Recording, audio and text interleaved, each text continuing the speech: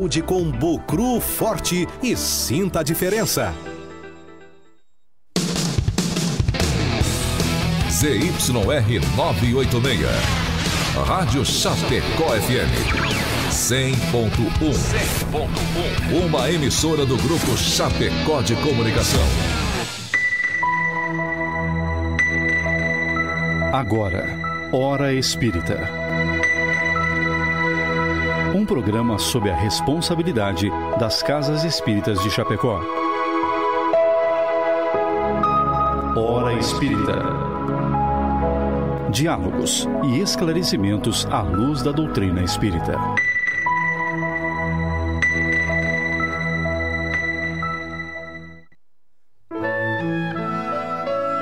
Bom dia, amigos que nos ouvem e acompanham. São 7 horas da manhã, 7h01 agora. E hoje é dia 14 de dezembro de 2024 e com muita alegria estamos aqui para dar início a mais um programa Hora Espírita, que vai ao ar todos os sábados das 7 às 8 horas da manhã aqui pela Rádio Chapecó FM 100.1. O programa Hora Espírita está sob a responsabilidade das Casas Espíritas de Chapecó, todas filiadas à Federação Espírita Catarinense, e tem por objetivo trazer a esse espaço temas de interesse geral que possam ser estudados à luz da doutrina espírita. E na equipe de trabalho dessa manhã, contamos com a presença dos nossos amigos Nick, da Associação Espírita Amor e Caridade. Bom dia, Nick. Bom dia, Marcelo. Bom dia, Michel. Bom dia a todos que estão nos escutando. Contamos também com a presença do nosso amigo Michel, da Sociedade Espírita Bezerra de Menezes. Bom dia, Michel. Bom dia a todos, que a gente possa ter um bom programa. E eu sou Marcelo Detoni, do Centro Espírita Gotas de Luz. Os amigos podem acompanhar que esse programa é composto exatamente de pessoas de todas as casas espíritas de Chapecó que vêm aqui dar o seu esclarecimento, acerca da doutrina espírita. O programa de hoje, então, tem como tema Cristianismo e Espiritismo. Convidamos também a todos que nos ouvem, que nos acompanham, para que acompanhem as nossas redes sociais, Hora Espírita Chapecó, no Facebook, no YouTube e no Instagram. Lá você encontra todos os programas anteriores, informações sobre as casas espíritas de Chapecó e região, e poderá ver os temas dos próximos programas, como também os programas antigos. Os programas do Hora Espírita Chapecó agora também estão disponíveis em áudio nas plataformas streaming Spotify e Deezer. Antes de darmos início à nossa conversa dessa manhã, gostaríamos de registrar o nosso agradecimento a todos aqueles que contribuem para que esse programa possa ir ao ar todas as semanas.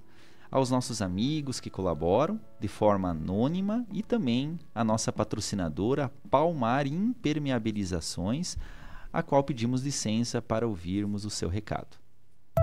A Palmar Impermeabilizações atua há 29 anos no ramo da construção civil, se consolidando como a principal empresa de impermeabilização, buscando sempre as melhores soluções para atender os clientes, com materiais de alto desempenho e mão de obra totalmente qualificada, o que é confirmado pelo tempo de atuação. Se você busca o que há de melhor em tecnologia e aplicação em impermeabilização em sua obra, entre em contato pelo fone 98432-2845 ou acesse @Palmar Impermeabilizações. Hora Espírita, um programa sob responsabilidade das Casas Espíritas de Chapecó. Então estamos apresentando o programa Hora Espírita, aqui pela Rádio Chapecó FM, e o tema de hoje, como falamos, Cristianismo e Espiritismo. Hoje nós vamos refletir acerca desse relevante tema, dessa inter-relação entre o cristianismo e o espiritismo, e nós convidamos os amigos para permanecerem conosco e entenderem, aqueles que precisam dessa visão, que querem ampliar essa visão acerca desse tema relevante. Começamos então fazendo o seguinte questionamento, a pergunta para o nosso amigo Michel. Michel, então vamos ao cerne do nosso programa dessa manhã, um dos pontos-chave do programa. Qual então a relação existente entre o espiritismo e o cristianismo? O Espiritismo, ele é cristão?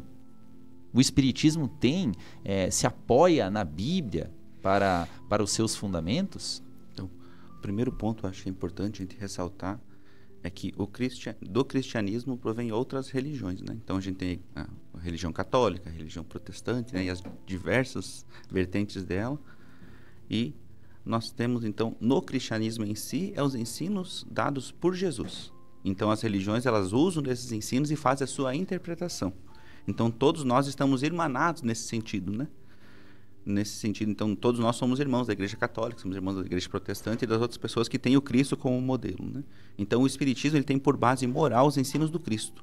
E todo o Evangelho segundo o Espiritismo, ele está pautado nesses ensinos, né? Então, até o Kardec faz a distinção, né? Que tirando algumas questões da vida de Jesus e outras coisas, a moral do Cristo é algo que não pode ser questionado, que as pessoas estudam nas faculdades, estudam nas religiões, e nós, então, pegamos lá dentro do Evangelho segundo o Espiritismo e fizemos um estudo aprofundado disso. Então, o que o ensino dos Espíritos faz, né? Então, o Espiritismo, ele é cristão, e o que ele faz? Ele acrescenta a moral do Cristo, o conhecimento dos princípios que regem essas relações entre os irmãos que estão desencarnados e nós que estamos vivos. Então, eles complementam esses princípios que são noções vagas que se tinha da alma, do seu passado e do seu futuro. Isso está lá em A Gênese, capítulo 1, item 56. Por isso, a gente pode dizer, então, que o Espiritismo é cristão, porque tem como base esse convite à vivência do amor, pautado na prática da caridade. E é o nosso lema lá, segundo o Espírito de Verdade, espíritas amai-vos, esse é o primeiro ensinamento. Instruí-vos, o segundo. E ele segue, né, nesse mesmo texto, lá no capítulo 5, item 5 do Evangelho segundo o Espiritismo. No cristianismo encontram-se todas as verdades, são de origem humana os erros que nele se enraizaram. Então, assim como Cristo disse, não vim destruir a lei mosaica, porém cumpri-la, nós também dizemos com o Espiritismo, não venho destruir a lei cristã, mas dar-lhe execução. Nada ensina ao contrário do que ensinou Jesus, mas desenvolve, completa e explica em termos claros e para toda a gente o que foi dito apenas sob forma alegórica. Vem cumprir nos tempos preditos o que o Cristo anunciou e preparar a realização das coisas futuras. Ele é, pois, a obra de Jesus que preside, conforme igualmente o anunciou, a regeneração que se opera e prepara o reino de Deus na terra. E aí, para responder à última questão, então, que o Espiritismo ele confirma a Bíblia como um texto de referência, que não é infalível, e que não está livre de interpretação humana, né? Ele já tem aqui um tempo que as pessoas vêm traduzindo, né? Então, cada tradução às vezes pega um pouquinho do que as pessoas trazem, às vezes troca uma palavra ou outra, por isso que até hoje se estuda, né? Tanto os nossos irmãos judeus quanto os cristãos, eles estudam lá. Vem onde é que está a vírgula, onde é que tem os advérbios, tudo isso é estudado de maneira muito profícua, né? Então, o que a gente faz? Então, a gente sabe que a codificação, a gente analisa esses textos publicados à luz, então, nos ensinos espirituais, e hoje a gente tem dois núcleos dentro do Espiritismo, que é os NEVs, né, que é o núcleo de estudo e vivência do Evangelho, e a gente tem o núcleo de estudo e... o outro é NEP e NEV, o outro me fugiu a nomenclatura, que eles fazem esse estudo aprofundado sobre o tema. O Evangelho Redivivo, né? Isso, e tem o Evangelho Redivivo, que é o estudo da FEB, né? Que faz estudo da Federação, isso, exatamente. Que publicou livros, né, sobre isso. Então, hoje a gente estuda esses textos porque a gente tem como base, se nós temos Jesus como guia e modelo, então é necessário que a gente estude lá os motivos que ele teve para interagir com as pessoas, né? Estudar o contexto daquela região para entender, né, tudo isso. Então, o Espiritismo é cristão e tem como Bíblia uma referência para aprender sobre isso. Acho importante a gente ressaltar esse texto que você leu, que diz que o cristianismo ela tem uma origem humana, né? Então, todas as vertentes cristãs foram criadas a partir da criação da Igreja Católica Apostólica Romana. E aí sim se abriu, né? Principalmente as igrejas protestantes, né? Mas vejam, Nanik, que o Jesus, ele não criou nenhuma igreja, nenhuma. Né? Foram os homens que, a partir dos seus conhecimentos, dos ensinamentos de Jesus, criaram essa primeira igreja católica apostólica. Pois romana. Mas aí que tá. Segundo... todas as igrejas cristãs foram criadas conforme o conhecimento dos humanos que criaram essas igrejas, né? O Espiritismo, diferente de todas essas vertentes cristãs, É a única religião trazida por espíritos, né? Não foi criada, não foi, tudo que nós conhecemos, elas vêm de informações dos espíritos. Mas sim, nós nos baseamos somente na parte moral, nas passagens moral de Cristo. Muito bem, de Cristo. Muito bem. Eu achei bem interessante essa recordação dos amigos, que efetivamente o Espiritismo ele procura trazer para nós os exemplos morais de Jesus Cristo, né? Que é a essência de tudo, né? Porque não adianta você ter ali uma rotulagem religiosa. A gente sabe disso, todo mundo já que nos acompanha já deve ter escutado. Não importa o rótulo, importa o conteúdo. Não importa se a pessoa é de religião X, Y, e mesmo que seja espírita, não importa o rótulo. Importa é a essência, a vivência. O Espiritismo, ele frisa muito para nós isso, né? A gente que é espírita há algum tempo, a gente sempre escuta, né? Não importa se você é espírita, é evangélico, é católico, não. Importa se a sua vida está pautada na moral de Cristo. Por isso, o convite à reforma íntima, o convite a nós buscarmos a essência das coisas, né? Então, achei bem interessante essa lembrança dos amigos acerca desse tema, né? Prosseguindo então, Nick, eu queria fazer uma pergunta para ti. O Espiritismo possui rituais tais como batismo, tais como casamento, etc.? A resposta é não, não temos nenhum tipo de ritual. Nós nascemos baseados em ciência e filosofia.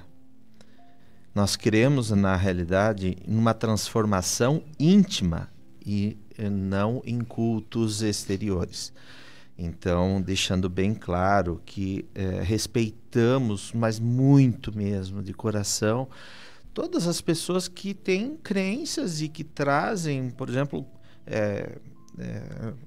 levam flores para seus entes queridos, têm imagens em casa, acendem velas, incensos, usam crucifixo. Por favor, não nos entendam mal. A gente respeita profundamente. Inclusive, eu fiz muito uso de tudo isso aqui, né? A gente sabe que não é uma vela que eu acendo para o meu pai, o meu tio, a minha mãe, que vai fazer com que a sua vida se ilumine. Mas eu coloco toda a minha fé naquilo que eu estou fazendo. Entendeu? Eu acendo uma vela e a fé que eu coloco, e aí a gente tem que lembrar de Jesus, né? A tua fé te salvou. Nunca Cristo falou que tinha salvo alguém, né? Então, nós acreditamos que não tenha ninguém que veio para o planeta e trouxe a outorga de Deus para falar em nome dele, ou para fazer algo em nome de Deus. Quem concebe isso são pessoas ligadas às religiões, né? O Espiritismo acha que ninguém pode falar em nome de Deus. Eu posso anunciar, eu posso ajudar o próximo falando de Deus e de Cristo, mas eu não falo em nome de Deus. Vamos dar alguns exemplos que eu acho importante, né? A extremunção, por exemplo, né? É muito necessário o arrependimento daquela pessoa. Através do arrependimento, a gente sabe que é o primeiro passo para a renovação daquele ser humano, não é? Mas não adianta somente a pessoa se arrepender. Nas próximas encarnações, ele vai ter que fazer o caminho inverso daquilo que ele fez. Se eu prejudiquei alguém, de alguma forma eu vou ter que ajudar outra pessoa, né, pagando o mal que me fizeram com o bem que eu estou fazendo. Então, o casamento, por exemplo, quando eu comecei a estudar Espiritismo, eu achava, poxa, mas por que o Espiritismo não faz uma cerimônia de casamento, não é? Então, depois, aos poucos, a gente vai estudando e a gente vai entendendo que o casamento é uma união de espíritos. União de espíritos. Quem é que abençoa aquela união? Deus. né? Nós não temos a possibilidade de abençoar o teu casamento, por exemplo, dizer, bom, agora vocês estão casados. Até porque se fosse assim, né?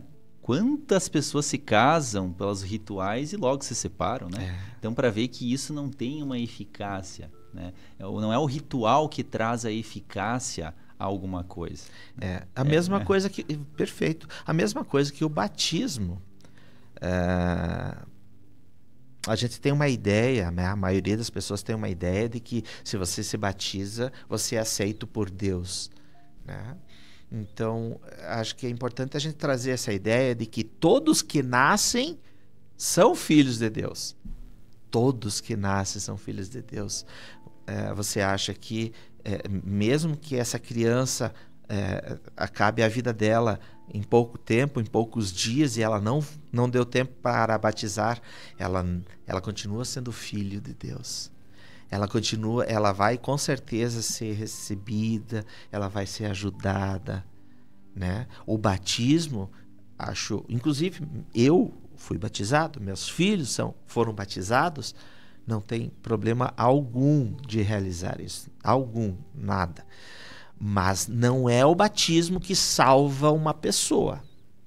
E é necessário a gente repensar sobre isso, né? Então, o Espiritismo realmente não tem nenhum tipo de ritual. Nenhum.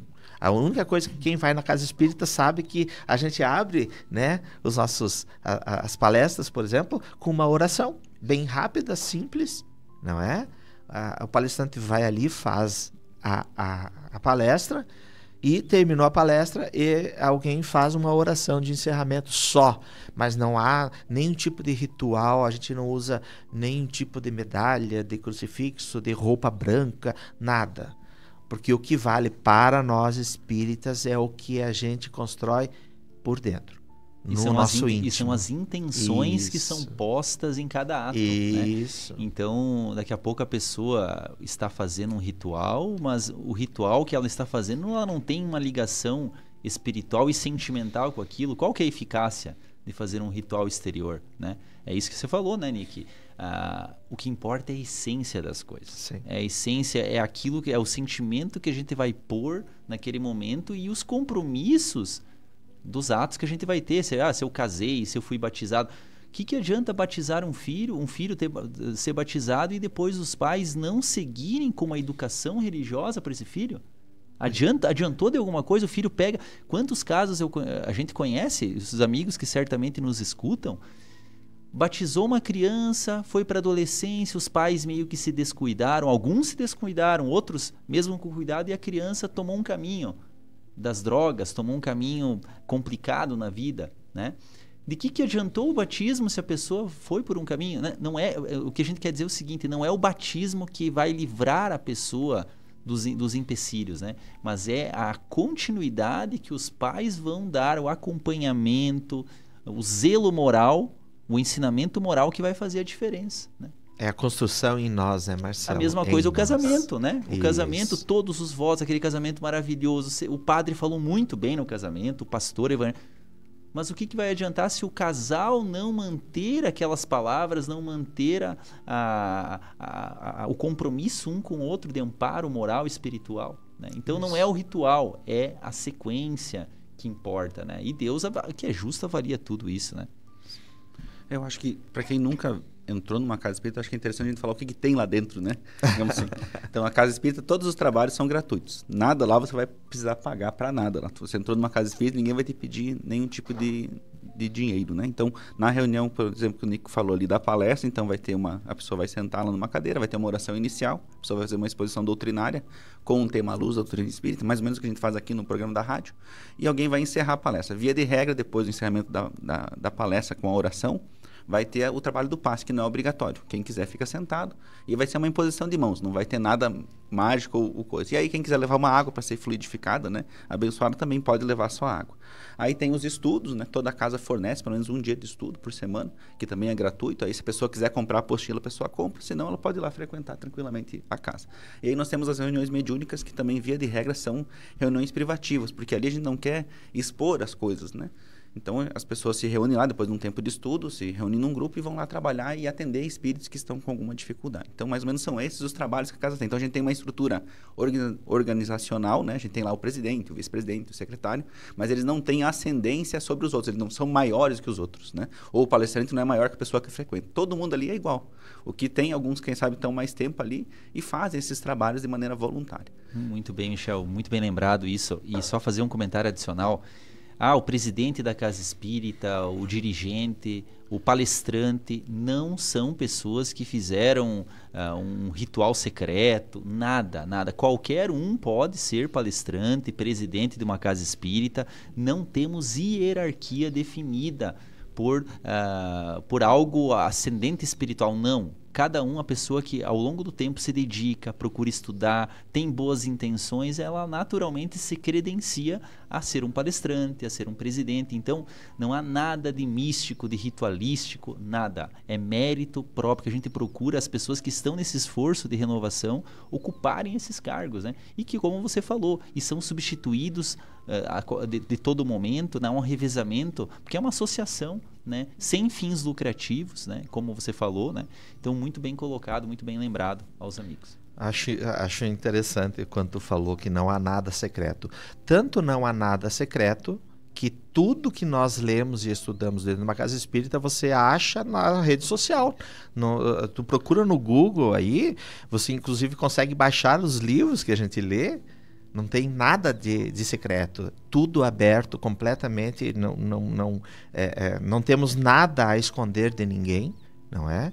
E todos estão convidados, sempre gratuitamente, tá, gente? O objetivo é esse, né? Dar luz, né? Ao conhecimento, né? Quanto mais pessoas tiverem, e não é nem converter a pessoa, porque às vezes a pessoa pode ser católica, pode ser protestante, pode ser lá da Umbanda, pode ser de outra religião, ela também é convidada a ficar lá, frequentar, estudar com a gente. Ninguém é fechado a porta, porque eu entendo diferente, porque eu sou ateu. Ninguém a gente fecha a porta. Também não obriga a pessoa a se converter ao espiritismo, né? Não tem nem essa.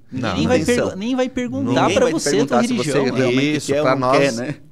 Agora, para frequentar isso aqui tem que ser tal coisa, não precisa ser nada. Só se você ter boa vontade e quiser dedicar um pouquinho do teu tempo, a gente tá lá de portas abertas. Inclusive nas palestras, a maioria das pessoas que vão nas palestras não são espíritas. Tá? São de outras religiões. Simpatizantes eles se chamam, né?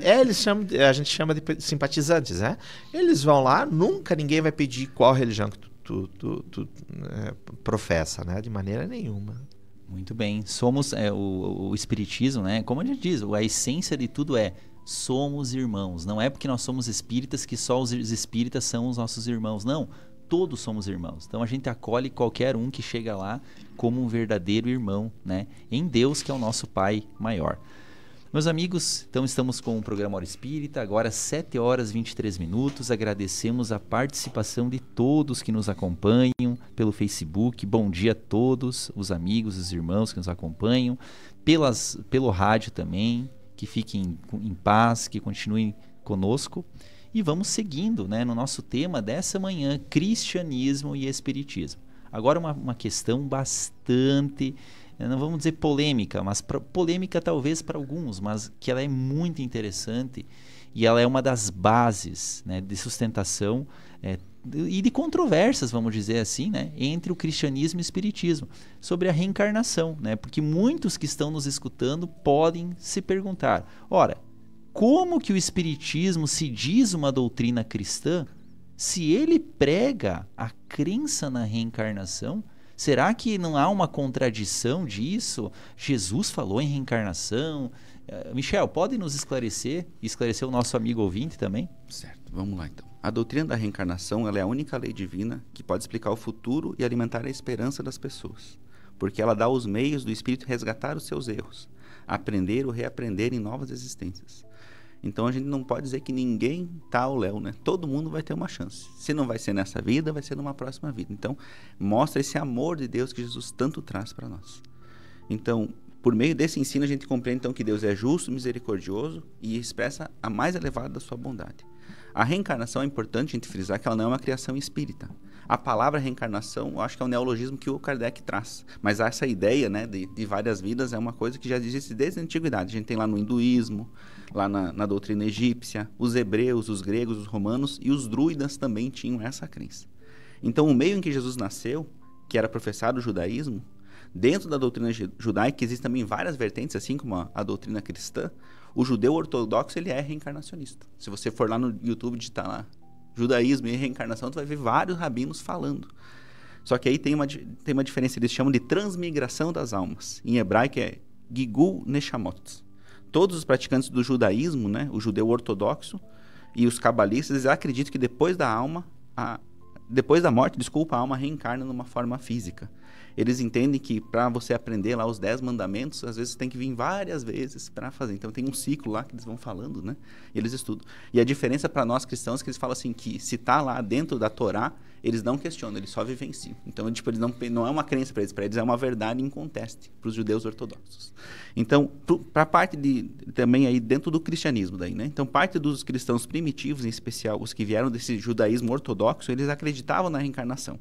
Então, Orígenes, lá, que é um dos historiadores do cristianismo, ele afirma ser a doutrina do Carmo e do Renascimento uma doutrina cristã, que até resultou ele ser excomungado na época, né, da religião. Podemos, então, por meio do raciocínio, entender que a reencarnação está diretamente ligada aos ensinos de Jesus e nos ensina que Deus é Pai, que nos ama e que Ele é justo, porque tudo que ocorre tende ao bem. Então, não há como Ele ser mais ou menos bom. Então, a reencarnação, ela fortalece essa convicção. Porque mesmo a pessoa que comete as maiores barbaridades vai poder, no seu tempo, modificar e melhorar-se. Então, nós que temos esse objetivo de seguir Jesus, a gente tem o dever, então, de ser melhor. E para isso, às vezes, a gente vai precisar de várias vidas para conseguir alcançar esse ponto. Então, Jesus que afirma, ele faz algumas afirmações assim sobre essa questão da reencarnação, né? Então, nós temos lá no Evangelho de Mateus, capítulo 16, versículos 13 a 17, quando ele dialoga com os discípulos. Que dizem os homens quanto ao Filho do Homem? Que dizem que eu sou? E aí eles começam a responder.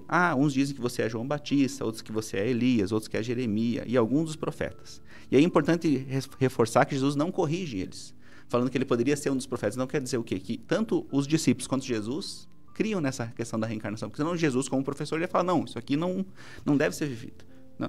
Então, eu acho que essa, Michel, é uma das passagens mais claras que trata que Jesus não negou eles quando falavam dessa cogitação de quem era ele, né? Eu acho que isso aí, essa passagem, ela é claríssima acerca de que Jesus era reencarnacionista, ele ensinou a reencarnação, né? Como você vai continuar ali para nós, né? Eu só queria fazer esse destaque para os nossos amigos ouvintes, porque de fato ali tem a prova cabal, está em qualquer Bíblia que o amigo pode abrir em sua casa, nessa referência que você citou e daqui a pouco pode repetir para nós, que vão encontrar essa passagem em que eles estão cogitando da reencarnação e Jesus não fala nada e ele apenas e simplesmente confirma depois tudo. E quer falar alguma coisa? A palavra reencarnação. A palavra reencarnação você não vai achar na Bíblia, porque essa palavra foi criada por Kardec, tá? Mas o contexto é o mesmo, né? Nascer novamente e a reencarnação é a mesma coisa. Uma alma que já viveu outras vezes, que estava sendo cogitada e que eles perguntam, mas essa alma voltou em forma, você é aquele que já viveu ali, né? Então continua, Michel, por gentileza, para nós. E aí nós vamos ter lá em Mateus, ainda capítulo 17, 10 a 13, quando eles perguntam, por que os escribas dizem que Elias venha primeiro? Quer dizer, se ele tinha que vir primeiro, quer dizer que ele ia voltar à vida, né? O Elias. E aí, então, o Elias que já estava falecido há quanto tempo? 750 anos atrás, né? Ele já tinha falecido. Aí respondeu Jesus, certamente Elias terá de vir para restaurar tudo. Eu vos digo, porém, que Elias já veio, mas não o reconheceram. Ao contrário, fizeram com ele tudo quanto quiseram. Assim também o Filho do Homem irá sofrer da parte deles. Então os discípulos entenderam que ele se referia a João Batista. Aí que tá. Né? Então Elias deixando claro para o ouvinte de que Jesus afirmou que Elias voltou, mas aí com a personagem de João Batista. Né? E você vê como o ciclo, né? Ele quando era Elias, ele decapitou, né, uma série de um povo lá. E como é que foi o fim da vida dele aqui, né, para ele resgatar essa situação? Ele foi decapitado pelo Herodes, né, que ele faz, né? Tira a cabeça dele também. Então você vê assim que há todo um encaixe, né? Há uma sequência assim. Então para eles era muito natural isso. Não era uma questão de questionamento. Como a gente diz aqui, a pessoa que é ortodoxa, ela segue, então. E aí a gente tem que entender que Jesus era judeu e viveu como os judeus da época. A gente tem que entender isso, né? Então, para quem está acompanhando lá o seriado de Jesus, né? agora me fugiu o nome. Chosen. O The Chosen, né? Você vê assim como era a cultura, né? Eles eram pessoas muito que vivenciavam, né, de maneira muito firme aquilo, né? Então, para eles, às vezes, então Jesus não veio para ensinar esse tipo de ensino, né? Ele veio para ensinar algo que era muito mais complicado, que era vivenciar os ensinos de Jesus, de Deus, né? Porque o povo escolhido, ele viveu lá, né, 400, 500 anos sobre os ensinos de Moisés e não estava conseguindo colocar aquilo em prática.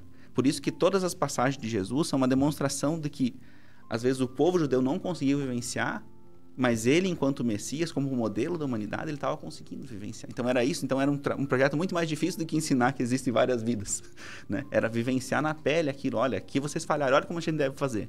Por que ele acolhe 12 pessoas totalmente diferentes, né? 12 pessoas que tinham vários defeitos, várias dificuldades, para mostrar para isso, olha, vamos reformar aqui essa pessoa, olha que atitude dela. Ele vai lá e vai viver com ela. Não vai ficar ensinando ela do alto de uma cátedra, né?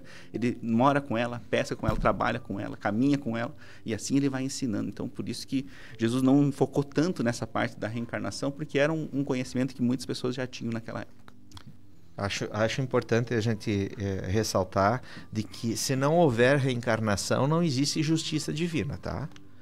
A gente sempre fala de que reencarnação é realmente a justiça de Deus.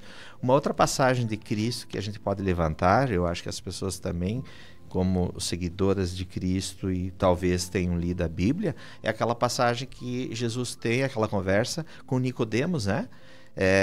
Nicodemos, ele falando para Nicodemos, olha, para você ver o reino dos céus, você terá que nascer de novo. E aí, claro, Nicodemos não entendeu. Como assim? Eu com esse corpo grande, como é que eu vou entrar no ventre de minha mãe novamente? Inclusive minha mãe nem está viva. Mas é assim que funciona, você vai ter que renascer de novo. Né? Então, claro que Jesus não poderia ter aberto como funciona essa parte da reencarnação. Se hoje, 2000 anos depois, as pessoas rechaçam ainda, vão contra sempre a palavra reencarnação, né? Esse ensinamento que vem de Cristo, ainda hoje as pessoas falam mal sobre a reencarnação, você imagina, 2000 anos atrás. Não tinha assim um entendimento dessa possibilidade. Não tinha como. E uma coisa interessante que vocês falam muito bem sobre a reencarnação, que Jesus então falou da reencarnação tranquilamente, teve essas passagens, né? É que a ciência hoje, muitos estudiosos estão comprovando a reencarnação, né? A reencarnação não é uma mera crença, ela é uma lei universal. Como existe a lei da gravidade, se você erguer uma coisa e deixar, ela vai cair no chão, a gravidade, né? A lei da gravidade, a reencarnação é uma lei. Nós acreditando ou não acreditando, nós estamos submetidos a ela. E essa não é a primeira vida, pelo contrário, é uma das muitas vidas. Então a ciência hoje, existe muitas, procurem, amigos, são milhares de casos já catalogados de provas cabais da reencarnação, não são uma mera cogitação que está lá atrás e que vem sendo trazida de uma tradição, não. A ciência cada vez se aproxima mais, se já não bateu o martelo, já está para bater o martelo sobre a reencarnação, mas não há interesse das mídias divulgarem a reencarnação. Por que não há interesse? Porque há uma série de desdobramentos.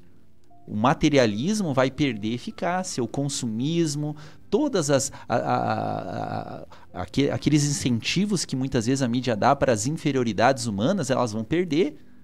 E eles estão sendo patrocinados por uma série de coisas que não vai valer a pena eles entrarem nesse mérito. É por isso que não se fala da reencarnação abertamente, né? Mas é uma lei a qual retrata, como você falou, Nick, a justiça de Deus a cada um segundo as suas obras, né? E o amor, como o Michel colocou, o amor de Deus no sentido, se você errou gravemente nessa vida, conhece alguém, não tem problema. Vai ter uma nova vida, aquela pessoa, aquele espírito, numa nova roupagem física, novo corpo, para poder fazer o bem que não fez aqui, para poder aproveitar o tempo lá na próxima que não aproveitou aqui, né? Então isso retrata a bondade divina, porque para algumas religiões, né? Aí eu queria já entrar nessa pergunta, nessa questão, outra aqui, né, Nick, que eu queria fazer sobre o céu e o inferno, né?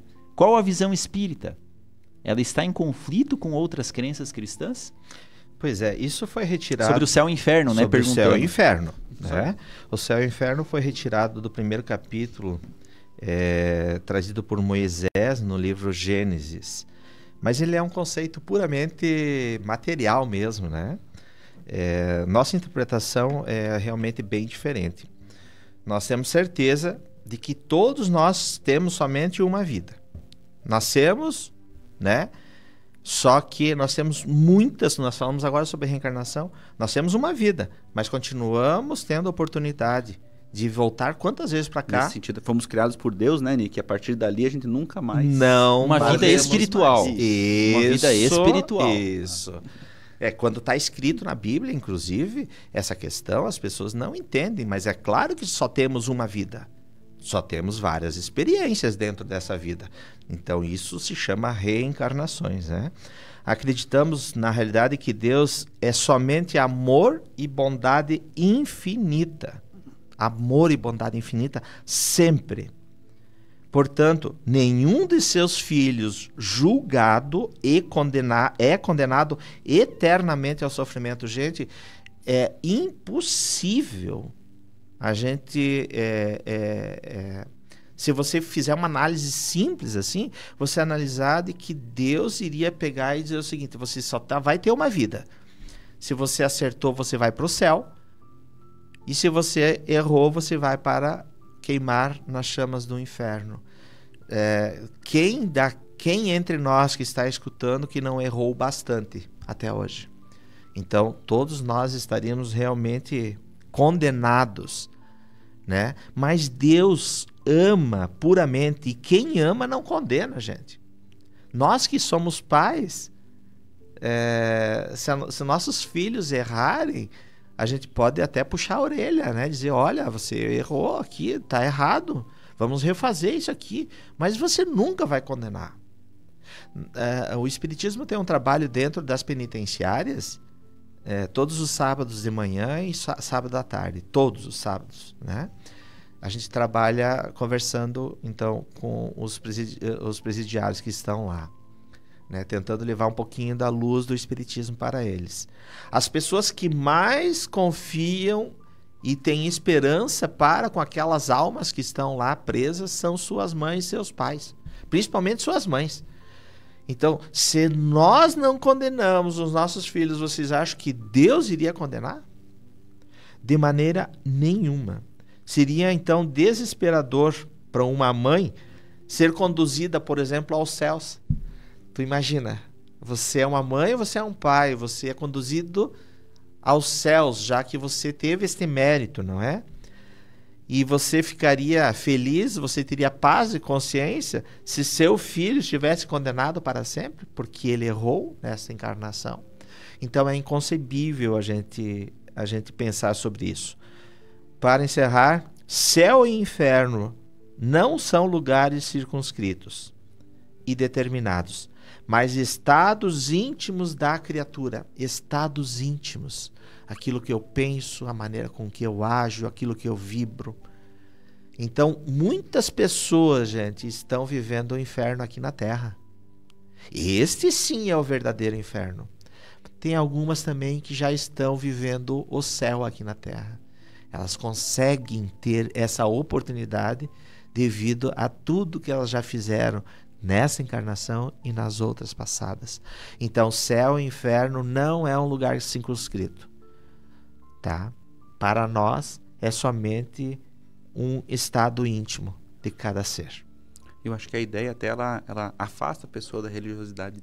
Essa ideia que você está ali sentenciado para todo sempre, ou até a extrema unção, né? A partir do momento então que a pessoa tem a extrema unção, ela vai para o céu. Daí qual que é o sentido então de você se esforçar, da pessoa que se esforça? Não é importante, como o Nick colocou, né, o arrependimento. Mas a partir do arrependimento, o que a doutrina ensina? A gente tem que refazer os nossos passos, né? Consertar aquilo lá e aí adquirir uma virtude através daquilo. Então, quando Deus oportuniza através da reencarnação a gente rever isso, Ele está de maneira educativa fazendo com que a gente se melhore. E a gente construa aquilo e tem o mérito de receber, né? Assim como a gente faz para o nosso filho, a gente não pode andar pelo nosso filho, não pode comer pelo nosso filho, né? A gente pode levar ele para os lugares. Assim também Deus faz conosco, né? Dando várias oportunidades para a gente caminhar. E aí, pela misericórdia dele, às vezes colocando pessoas até muito superiores a nós para tentar nos ensinar, para criar um clima melhor para a gente aprender, né? Então hoje a gente vê até pela própria questão da melhora da humanidade. Se hoje as crianças estão mais espertas, é porque os espíritos delas já vêm de várias reencarnações se melhorando, né? Se hoje a gente tenta ser um pouquinho melhor, é porque a gente tem nesse esforço, às vezes, de várias e várias reencarnações. Então, essa ideia de céu e inferno, eu acho que ela mais afasta nós da questão da religiosidade do que nos aproxima, né? E aí, o que o Espiritismo diz? Existem locais lá no plano espiritual que são de zonas de sofrimento, mas não porque Deus criou, porque aquele acúmulo de pessoas que estão lá acabam criando aquele crime. Então, é lógico que se a gente for lá num lugar, por exemplo, uma penitenciária, não vai ser um lugar de alegria, de festa, as pessoas não vão estar lá cantando, tocando violão. As pessoas estão lá numa situação difícil, as pessoas estão lá sofrendo, né, repensando a vida, tendo que submeter uma série de situações. Assim como no hospital, ninguém tem lá tocando música e fazendo festa. É um lugar de convalescência, de reflexão, né, de apreensão das pessoas ali, mas as pessoas estão ali lutando, né, buscando se melhorarem. Então, daí tu vai numa festa, é lógico, daí naquele lugar sim. Então, o céu seria isso, né? Um lugar que as pessoas felizes já estão no lugar lá. Mas elas não ficam só lá, elas vão amparar as pessoas, assim como Jesus fez, né? Jesus, quando chegou a época de ensinar as pessoas o bem, ele podia ter mandado várias pessoas, né? Ele tinha um monte de servidores, mas ele preferiu ele mesmo se fazer presente e mostrar, olha, meus irmãos, eu tô aqui, né? Estamos juntos aqui, eu sou, né, essa pessoa que quer te conduzir para um lugar melhor. Depois de a gente ouvir tudo que a gente falou agora, a gente tem plena certeza de que, por mais que alguém tenha errado, por pior que tenha sido o seu ato, sempre vai ter a oportunidade. Você falou sobre a extrema-unção. Então, o arrependimento é necessário, é o primeiro passo para você começar a mudança, mas ele não te isenta daquilo que você fez. Né? Aí que tá. Então, todos que erraram, se você, meu amigo, está ouvindo agora e cometeu um grande erro, fique tranquilo, terá a oportunidade, tá, de refazer tudo novamente, não nestas condições, porque hoje você é uma personalidade, nas próximas encarnações será outra, mas a gente sempre tem a oportunidade de refazer tudo aquilo que nós erramos em encarnações passadas, né? Muito bem, amigos. Olha só, nós temos uns comentários interessantes aqui. A nossa amiga Lia. Como uma pena eterna sobre uma falta que se extingue? Muito bom, né? Excelente programa, ela fala. Temos aqui também a nossa amiga Janete, ó. Ótima reflexão, necessária ao nosso conhecimento dessa doutrina, que nos mostra que há sempre novas oportunidades e possibilidades de aprendizado. Realmente, né?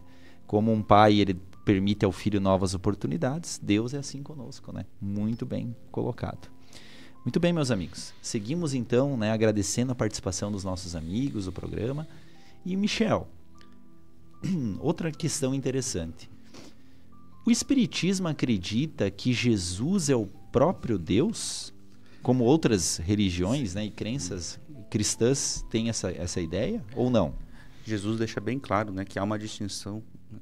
O Espiritismo deixa bem claro que Jesus não é Deus, né? Então, lá no livro A Gênese, de Allan Kardec, esse é um dos capítulos, eu acho que as pessoas às vezes não conhecem, é um dos capítulos mais interessantes. O capítulo 2 do livro A Gênese, ele faz uma extensa reflexão sobre Deus. Então, lá no item 19 fala assim: Deus é, pois, inteligência suprema e soberana, é único, eterno, imutável, imaterial, onipotente, soberanamente justo e bom, infinito em todas as perfeições, e não pode ser diverso disso.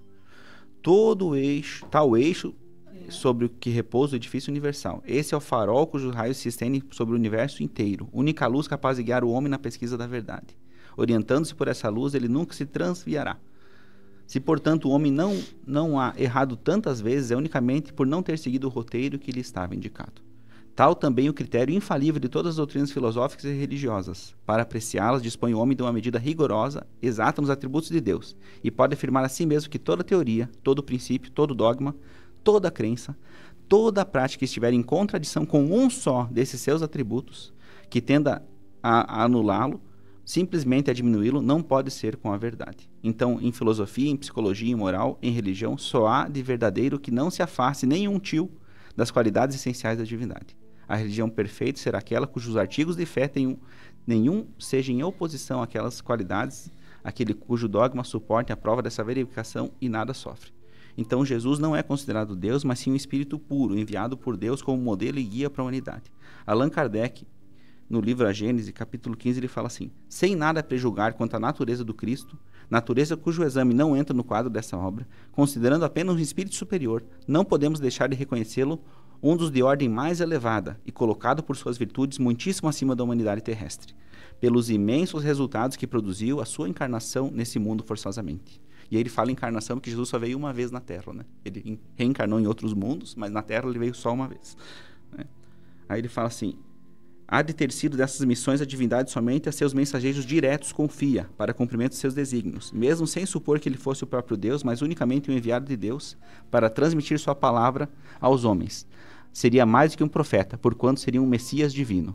Como o homem, tinha a organização dos seres carnais, porém, como espírito puro, desprendido da matéria, havia de viver mais da vida espiritual do que da vida corporal, de cujas fraquezas não era passível. A sua superioridade com relação aos homens não derivava, então, de qualidades particulares do seu corpo, mas da do seu espírito, que dominava de modo absoluto a matéria, e da do seu perispírito, tirado da parte mais quintessenciada dos fluidos terrestres. E aí ele fala, né, ele conclui aqui, segundo a definição dada por um espírito, ele era um médium de Deus, ele que escutava. Por isso que João tem o início do evangelho de João é muito bonito, né? No início era o verbo e o verbo se fez carne.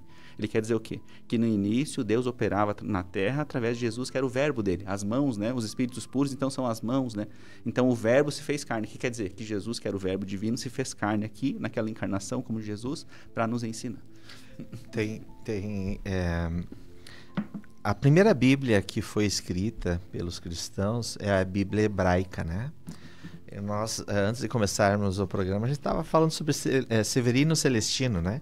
Severino Celestino já leu mais de 50 Bíblias diferentes e estudou hebraico para fazer a tradução, né? Porque algo estava errado, algo está bem errado, né? Dependendo de como você interpreta o hebraico, por exemplo, uma palavra tem 3, 4 interpretações, uma palavra do hebraico. Então, se você usar a palavra de forma errada, você muda completamente o contexto, né? Então, olha só, como as pessoas é fácil das pessoas entender errado esta questão. Quando Severino Celestino traduziu essa Bíblia, ele traduziu essa passagem onde Jesus disse assim: eu sou o caminho da verdade e da vida. Olha, completamente diferente, porque se você traduzir como a maioria das pessoas traduz, eu sou o caminho, a verdade e a vida, ele se coloca como Deus. E na realidade a tradução perfeita é: eu sou o caminho da verdade e da vida. Dizendo que através das ações de Cristo, deixando claro que não precisa ser cristão para você ser salvo, mas principalmente que você faça aquilo que Jesus ensinou. Ele é o caminho para chegar a Deus. Então, esta interpretação está completamente errada, porque a tradução das Bíblias também estão erradas. Isso, e uma coisa muito importante, meus amigos, é que, além de tudo que vocês falaram, né, muito bem colocado, é que o próprio Jesus, no Evangelho, ele dizia: eu me vou para o meu Pai, aquele que me enviou. Ele fez essa separação. Sim. Por mais de 30 vezes no Novo Testamento, ele separou ele de Deus, né? Então, se ele fosse Deus, ele dizia: eu sou o construtor do mundo, do universo. Não, eu vou para aquele que me enviou. Ele está fazendo a referência ao Pai, a Deus, né? Ele era chamado Filho do Homem. Ele nunca disse: não, eu não sou o filho, eu sou o homem. Ele poderia ter negado, né? E muitas outras passagens, deixando claro essa separação. Né? A passagem quando a mãe dos filhos de Zebedeu pede, né, que um senta à direita e à esquerda dele, quando ele for para o céu, ele diz: olha, isso aqui quem decide é o Pai, né? Tem a parte ali que ele vai falar: quem fez de mim juiz, né? Quem decide é Deus, né? Então tem várias passagens assim, que Jesus faz essa distinção assim. E quando ele fala: eu e o Pai somos um, ó, ele está falando eu e o Pai somos um, mas no sentido assim, de que nós estamos integrados em vontade, em propósito, né? Mas não que... E outra, só foi essa passagem que ele diz: eu e o Pai somos um. Mas eu acho que né? Então, todas as outras as pessoas não consideram quando ele faz a referência clara ao Pai e pegam essa quando ele está dizendo, ele não está dizendo. Ele está dizendo no sentido assim: eu e o Pai estamos sintonizados, estamos harmonizados. Que ele consegue reproduzir aquilo que Deus deseja, né? De nós, criaturas, filhos dele, né? Por isso que ele diz assim, vós sois deuses, você pode fazer tudo isso e muito mais. Por quê? Porque também tu pode chegar naquele patamar que ele está, né? Você também está convidado a chegar naquele nível. É necessário, dentro do Espiritismo, a gente sempre fala isso, é necessário tirarmos o espírito da palavra. Porque se você levar ao pé da letra tudo que está escrito na Bíblia, gente, a gente se transforma em bárbaros novamente, não é?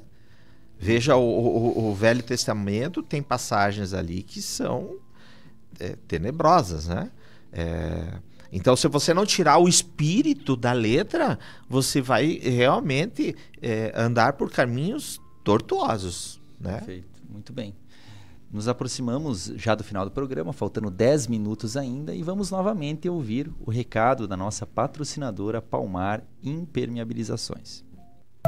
A Palmar Impermeabilizações atua há 29 anos no ramo da construção civil, se consolidando como a principal empresa de impermeabilização, buscando sempre as melhores soluções para atender os clientes, com materiais de alto desempenho e mão de obra totalmente qualificada, o que é confirmado pelo tempo de atuação. Se você busca o que há de melhor em tecnologia e aplicação em impermeabilização em sua obra, entre em contato pelo fone 98432-2845 ou acesse @Palmar Impermeabilizações.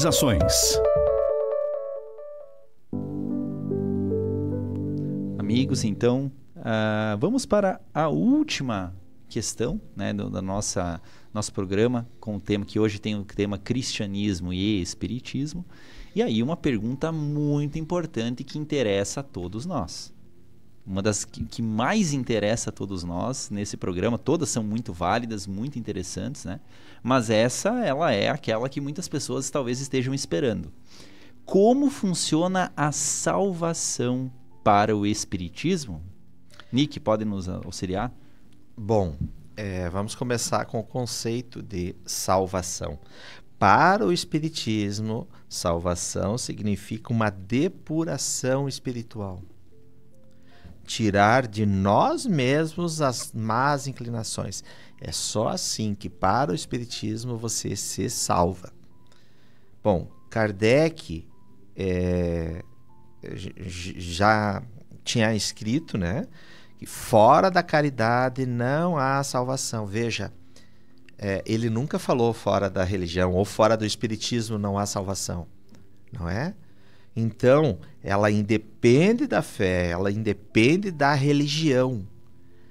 Não é porque eu me declaro cristão agora, eu sempre fui uma pessoa que não gostei, por exemplo, de nenhum tipo de religião, e aí a gente se entrega a uma religião, diz que a gente segue Cristo. Não é porque eu sigo Cristo que eu estou salvo. Se você não fizer as coisas certas, se você não se melhorar, se você não tirar aquele germe que ainda está te levando a caminhos que não são retos, né? A salvação para o Espiritismo, então, é uma condição moral, estabelecida durante as múltiplas encarnações que todos nós temos, por tudo que nós fizemos, por tudo que nós pensamos e pela maneira com que a gente vibra.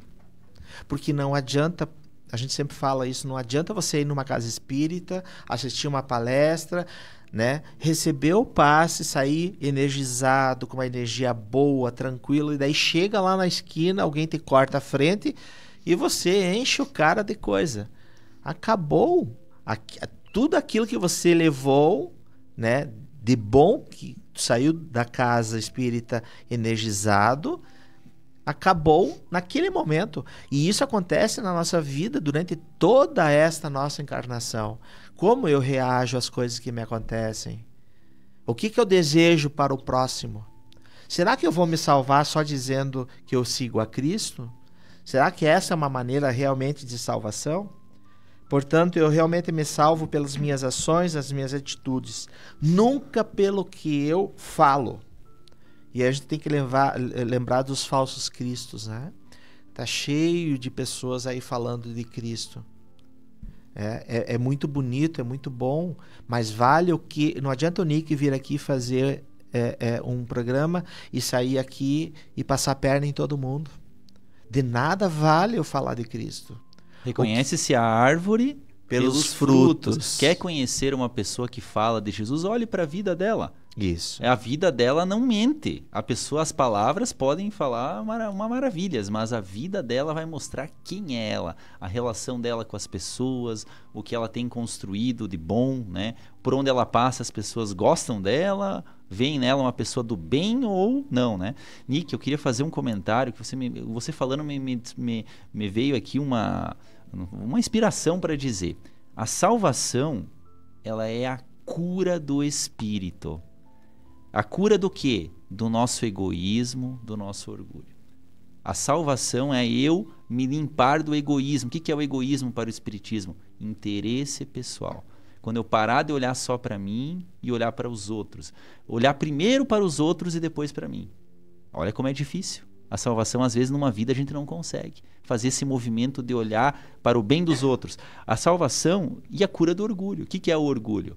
É eu me achar melhor do que os outros, mais esperto, mais inteligente que os outros, me achar superior. Quando eu me curar disso também e ver os outros como irmãos verdadeiros. Eu tô na rua, eu vi um mendigo, eu vi uma pessoa de qualquer natureza lá, uma pessoa que eu não conheço, um desconhecido na fila de um banco. Esse é meu irmão. Eu sentir que ele é meu irmão, como eu sinto quando eu tô com a melhor pessoa que eu amo, eu senti no outro isso, em qualquer pessoa, aí eu estarei salvo.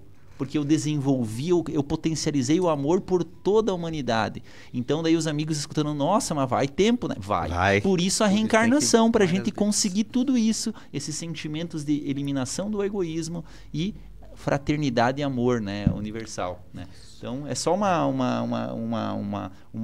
você falando me veio essas ideias, né? Para a gente ter essa base, a gente precisa ter uma autorreflexão diária, né? A gente precisa todo dia repensar e rever. Dá trabalho, bastante trabalho, né? Porque é colocar brasas na nossa cabeça, né? Mas é todo dia a gente rever, porque senão a gente vai continuar caindo e tropeçando. Quantas vidas será a gente já não veio como cristão, como católico, como protestante, como de outras religiões e não tem aproveitado essas palavras, né? Então não adianta a gente ser ótimo lá, frequentar. Todo dia a gente vai lá, assiste uma palestra, lê um livro, se a gente não coloca aquilo em prática.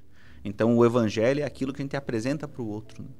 Então, o nosso evangelho é vivido principalmente na nossa família. A gente vai ter que ir lá lidar com os nossos familiares. Não tem como fugir. Porque se a gente fugir da nossa família, vai aparecer os amigos que vão ter problemas muito parecidos. Porque aquilo a gente tem que lidar nessa vida.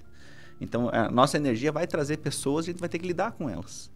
É lógico que aí você vai, se precisar de ajuda, você vai buscar lá uma ajuda profissional, vai procurar lá na doutrina espírita, lá as pessoas que fazem o diálogo fraterno, né?